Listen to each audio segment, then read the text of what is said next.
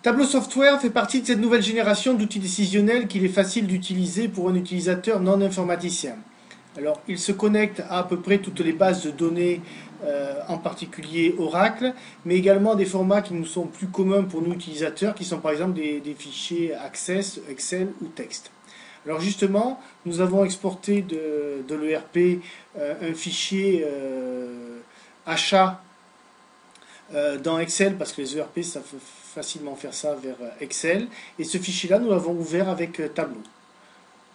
Quand on ouvre un fichier avec Tableau, on voit en fait qu'il m'a chargé exactement les mêmes informations que dans Excel.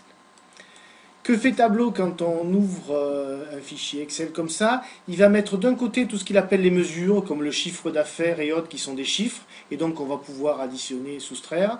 Et d'autre part, plutôt des champs texte,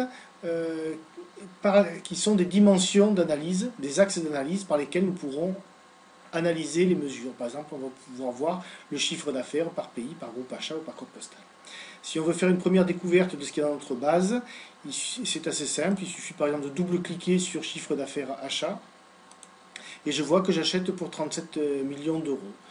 Si je veux savoir combien j'ai de fournisseurs, je double-clique et là il me met le compte distinct du nombre de codes fournisseurs que j'ai.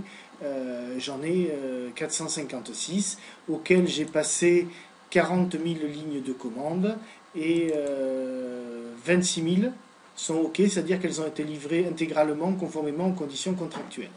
Si je veux éventuellement analyser un tout petit peu plus, je peux par exemple regarder combien j'ai acheté par pays. Alors il se trouve que le pays, c'est une dimension que Tableau reconnaît naturellement si le champ le permet, comme quelque chose de géographique. Donc si je veux analyser mon chiffre d'affaires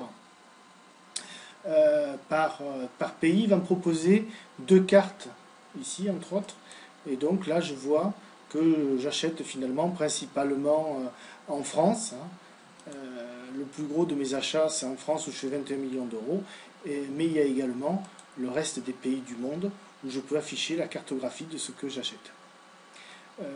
Enfin, si je voulais regarder le chiffre d'affaires par fournisseur, il me suffirait de quelques clics pour avoir cette répartition. Donc j'ai pas mis les fournisseurs pour des raisons de confidentialité.